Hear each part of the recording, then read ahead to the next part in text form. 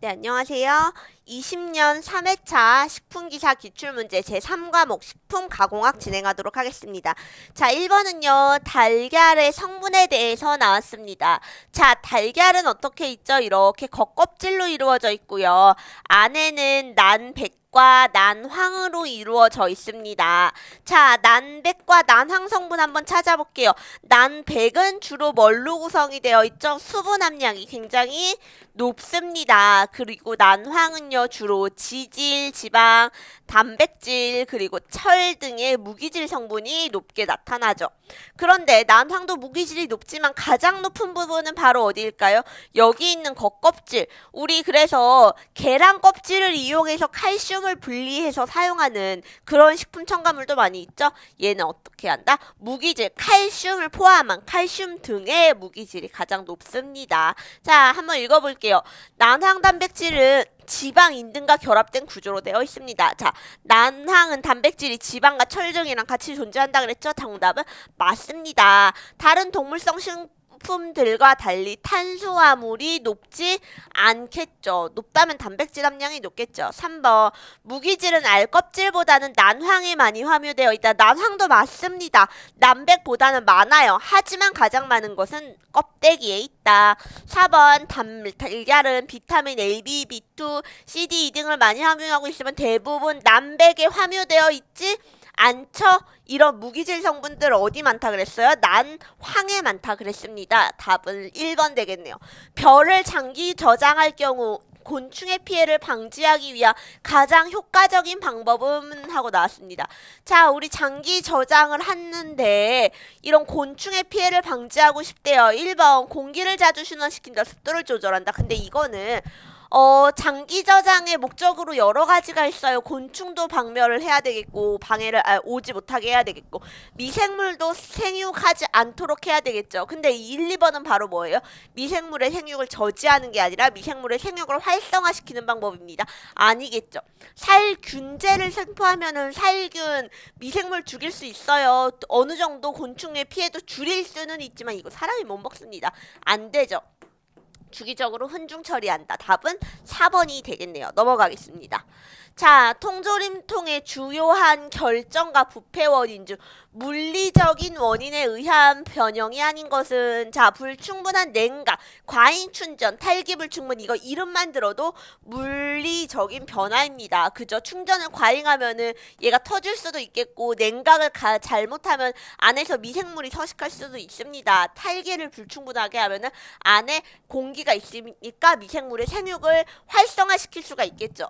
근데 패널링 바로 뭐예요? 이거는 통조림이 미생물에 의한 변화입니다. 자, 통조림은 안에 통조림 안에서 생육할 수 있는 미생물은 바로 뭐가 있어요? 주로 클로스트리디움이 가장 많이 있습니다. 어떤 거? 혐기성 미생물들이 가장 많이 자랄 수 있겠죠. 아니면은 클로스트리디움이랑 또 뭐가 있어요? 바실러스 속이 있습니다. 자, 근데 얘네가 자랐어요. 근데 얘네가 가스를 생성하면 차라리 통조림이 이렇게 밖으로 뽕뽕뽕뽕 불어 올라가지고 아, 얘가 오염됐구나라고 알 수 있는데 오염되는지 알 수 없게 가스를 생성하지 않는 세균에 의해서 발생하는 물리적인 변폐를 우리 뭐라 그런다? 이렇게 패널링이라고 부릅니다. 자, 원인은 바로 뭐다? 이 가스 비생성 세균에 의해서 나타나는 것. 그래서 정답은 2번이 되겠습니다. 넘어가도록 할게요. 건조 방법 중에서 대단히 짧고 온도를 비교적 낮게 유지할 수 있으며 액상식품을 분말로 건조하는 방법은 나왔습니다. 자, 우리 건조 시간이 대단히 짧고 일단 여기서 안 되는 게 바로 뭐 있어요? 프리즈 드라잉. 이렇게 동결 건조하는 거 장점은요. 온도를 저온으로 유지할 수 있는데 시간이 오래 걸립니다. 예, 아니겠죠. 제품의 온도를 비교적 낮게 유지할 수 있으면 액상식품을 분말로 건조하는 거 이거 딱 하나 있죠? 답은 스프레이 드라잉 되겠습니다. 넘어갈게요. 마요네즈 제조 시 유화제 역할을 하는 것은 유화제라는 건 바로 뭐예요? 친수성기, 친유성기가 같이 들어있어서 친수성인 물질과 친유성인 물질을 같이 섞어주는 역할을 하는 거죠. 이렇게 돼 있는 거 바로 뭐예요? 정답은 1번 난황이 대표적인 유화제입니다. 자, 2번, 아니 46번. 식초 제조에 관여하는 반응은 나왔습니다. 식초는 바로 뭐예요? 초산 발효를 하죠. 식초는 초산 발효를 합니다. 초산 발효의 특징은 바로 뭐예요?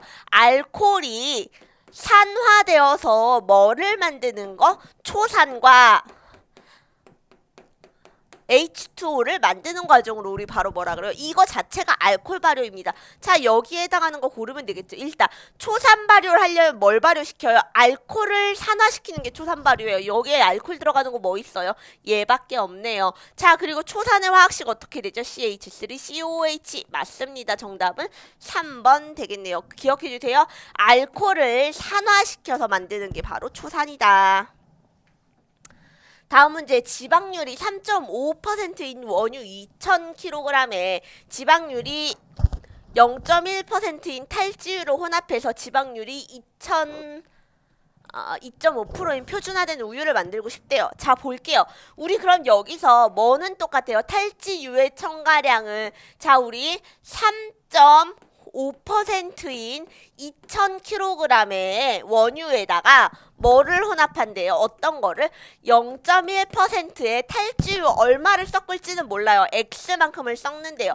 이걸 섞어서 뭘 만들고 싶대요? 2.5%인 표준화된 우유를 만든대요. 이거 두 개 섞으니까 나는 어떻게 될까요? 2000 플러스 X만큼이 되겠죠. 자, 여기서 우리 원유의 함량을 얼만큼 섞는지는 모르지만 동일하게 유지되는 건 바로 뭐예요? 여기에 있는 이 지방의 함량은 섞기 전에 우유와 섞고 난 후의 지방의 함량이 똑같아야 되겠죠. 그럼 그걸 기준으로 계산을 해봅시다. 자, 3.5%인 우유 2000kg에 더하기 0.1kg의 X 0.1%의 지방이 들어있는 우유 X만큼을 섞을 거예요. 그게 뭐랑 똑같아야 돼요? 2.5%의 우유인 곱하기 함량은 어떻게 되죠? 2000 더하기 X만큼과 지방의 함량이 똑같다라고 합니다. 요거 계산해주면은 답이 나오겠죠. 정답은 이거 계산을 해주면은 나오겠어요. 1번이 되겠네요. 넘어가도록 하겠습니다. 자, 48번. 탄산음료를 제조할 때 주입하는 탄산가스의 용해도는, 자, 이거는 우리 기본적인 용해도만 알고 있으면 알 수 있어. 용해도는 어떨 때 올라갑니까? 바로 온도가 낮을수록 크게 나타나겠죠. 용해도는 온도가 낮을수록 크게 나타납니다. 그렇기 때문에 답은 2번. 자, 49번. 밀가루의 제빵 특성에 영향을 주는 가장 큰 요인은, 우리 밀가루 식품 공전에 보면은 어떻게 등록되어 있어요? 강력분, 박력분, 중력분 이렇게 나눠요. 중력분 이렇게 나누어져 있습니다. 자, 강력분, 중력분, 박력분별로 뭐가 달라져요? 용도가 달라져요. 근데 이렇게 용도가 달라지는데 이 세 개를 구별해주는 게 바로 뭐예요?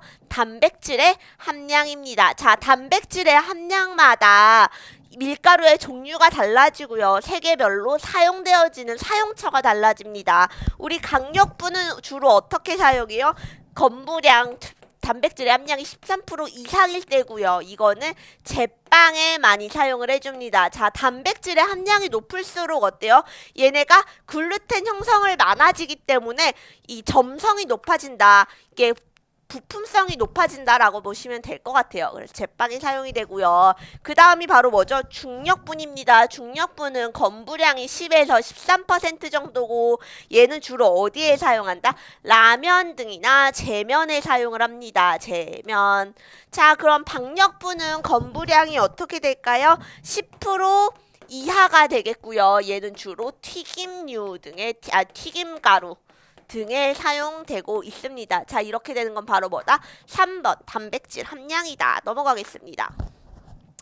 자, 증기재킷에서, 자, 이 문제가 가장 어려웠습니다. 10년 문제 통틀어서도 베스트로 어려웠었던 문제 같기는 해요.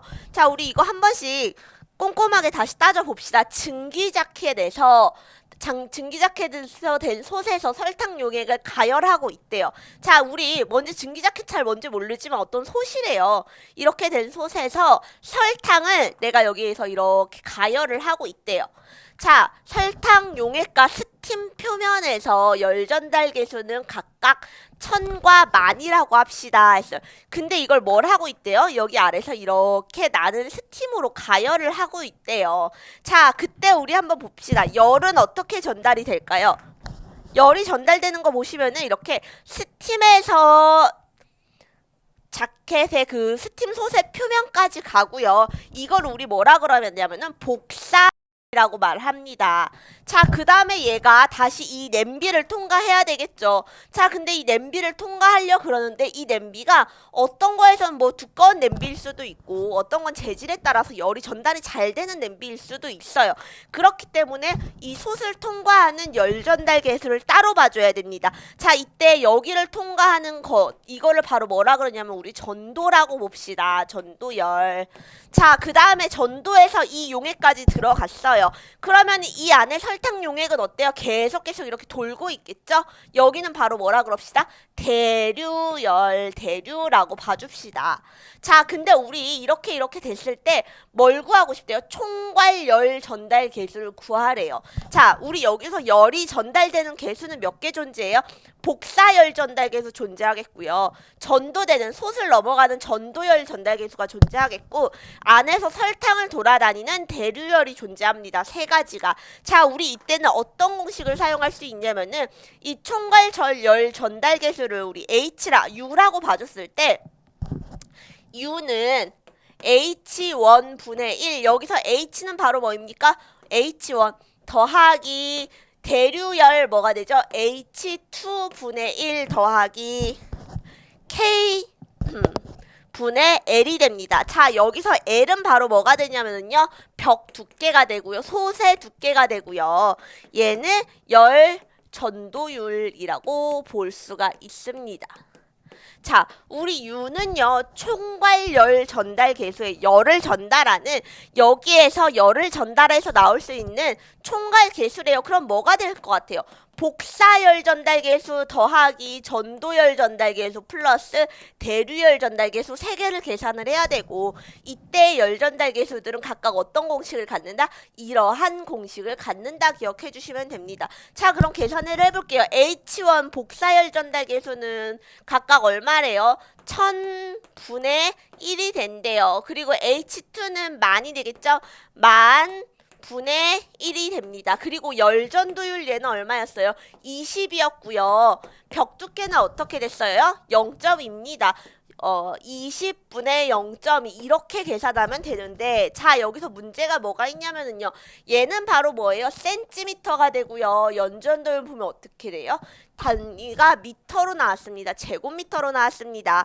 자, 그럼 우리 이거 어떻게 해요? 센티미터를 미터로 바꿔줘야 되겠죠?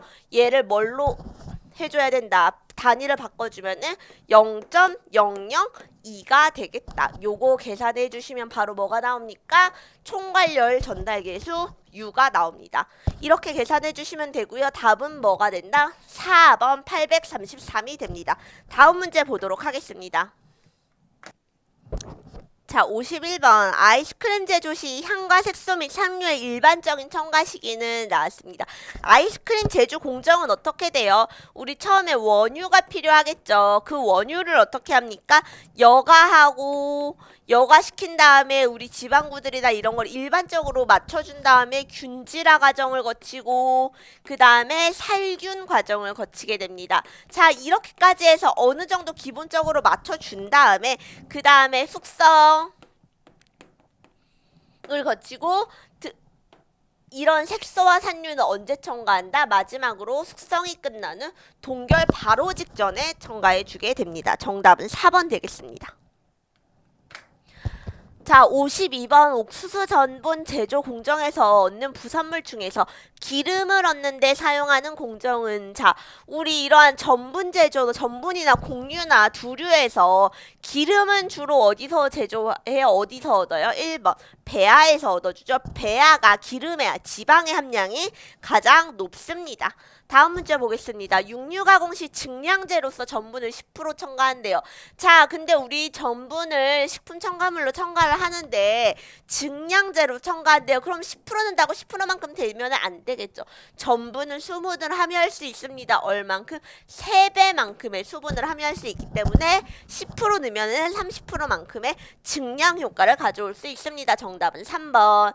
김치를 초기 발효할 때 저온 숙성의 주 발효균은 나왔습니다. 자, 우리 발효균은 어떻게 나와 있어요? 이상젓산 발효균이 있고요. 정상젓산 발효균이 있습니다. 정상젓산 발효균은요, 발효를 통해서요, 산이 pH가 낮춰주고 산이 많이 발생하기 락틱 애시드를 나타내서 락틱 애시드만을 단일로 생산을 해서 산이 생성되면 어떻게 돼요? pH가 낮아져요. 근데 이상젓산 발효균 같은 경우에는 락틱 애시드도 나타내지만 플러스 다른 등등등의 산유도 많이 나타내고요. CO2도 생성을 하게 됩니다. 정산젓산균에 비해서 pH가 덜 낮아져요. 자, 그리고요, 정산젓산 발효균 같은 경우에는 저산성에서도 더 잘 견딜 수가 있습니다. 자, 그래서 한번 볼게요. 우리 김치를 발효할 때는 주로 초반에는 이상젓산 발효균이 높습니다. 우점합니다. 그러다가 자, 얘네가 점점 초기에는 저산성이 아니겠죠. pH 중성에서 점점 떨어집니다. 근데 얘네가 산이 초기에 많이 나오지는 않지만 어느 정도 락틱 애시드가 쌓여서 산도가 높아지면은 더 이상은 얘네가 견디지를 못해요. 그 정도의 낮은 산성에서 견딜 수가 없어요. 그러면 얘네가 쭉 감소하고 저산성에서 더 잘 견딜 수 있는 애들이 올라가겠죠. 그러면서 산도는 더 급격히 낮아집니다. 김치가 초반에는 상큼한 맛이 많이 나고 그게 탄산가스도 나오고 락틱 애시드도 있고 그렇기 때문인데 시간이 지나고 발효가 되면 될수록 신맛이 강하죠. 그것은 바로 요 락틱 애시드에 의한 작용입니다. 자, 그렇게 했을 때 뒤에는 뭐가 우점한다? 정상젓산 발효균이 우점합니다. 초반에 이상젓산 발효균의 대표적인 거 바로 뭐다? 류코노스통 메센테로이드다. 나중에 들어가는 거는 정상젓산의 대표적인 균은 락토바실러스다. 기억해 주시면 됩니다. 넘어가도록 할게요. 55번 사후강직에 대한 설명으로 옳은 것은 사후강직은요. 도살하고 난 다음에 근육이 굳는 현상입니다. 그리고 이제 어떻게 해요? 호흡을 멈추게 되겠죠, 얘가. 그럼 그때 어떤 증상이 일어나나 봅시다. 젖산이 분해되고 알칼리 상태가 된다. 이건 말만 봐도 이상해요. 젖산이 분해되면 어떤 상태가 돼야 돼요? 산성 상태가 되어야 되겠죠. 그래서 답은 1번은 아닙니다.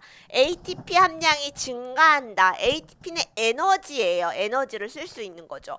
자, 근데 내가 호흡이 멈췄는데 에너지가 증가할까요? 감소하겠죠. 산성 포스페타제 활성이 증가한다.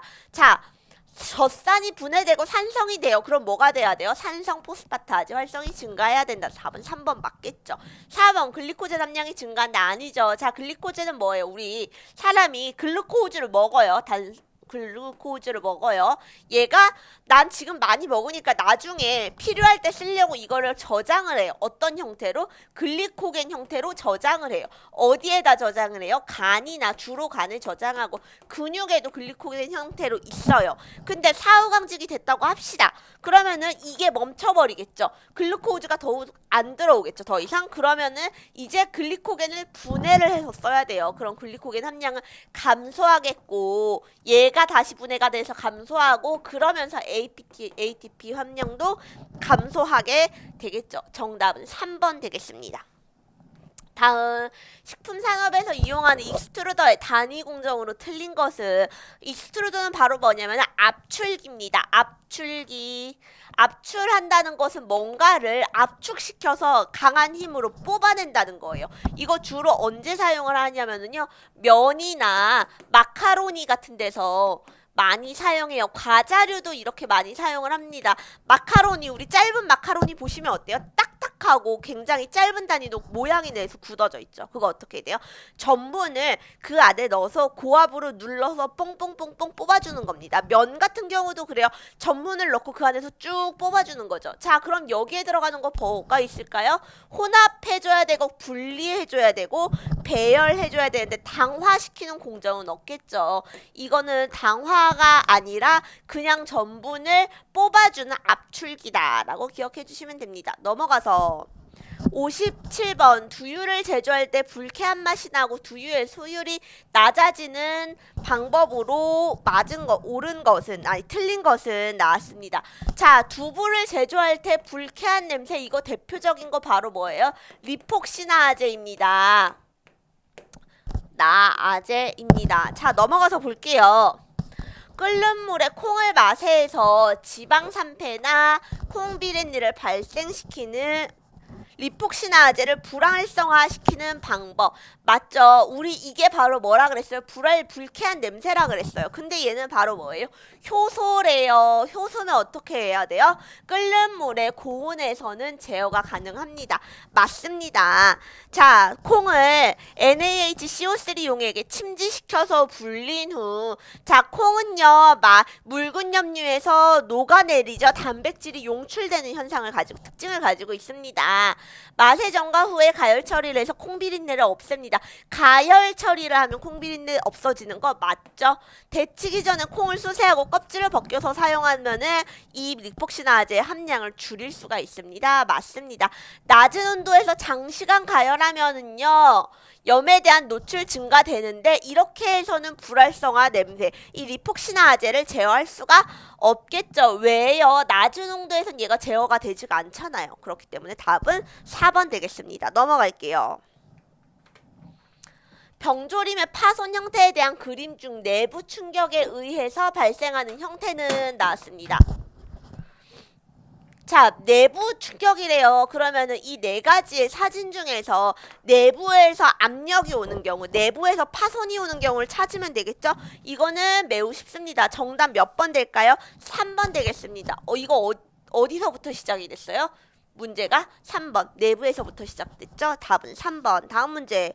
옥수수 전분을 분리를 할 때, 자, 이거 공식처럼 외워주셔야 돼요. 전분 분리할 때 잘 안 돼요. 뭐에다 참 침지하죠? 아황산에 침지를 해서 사용을 해줍니다. 답은 몇 번이다? 2번 되겠습니다. 자, 아황산에 침지하면은 어떤 단백질이 어떤 특성이 있죠? 얘가 이렇게 했을 때 단백질을 쉽게 분리할 수가 있고요. 하나의 장점이 또 있어요.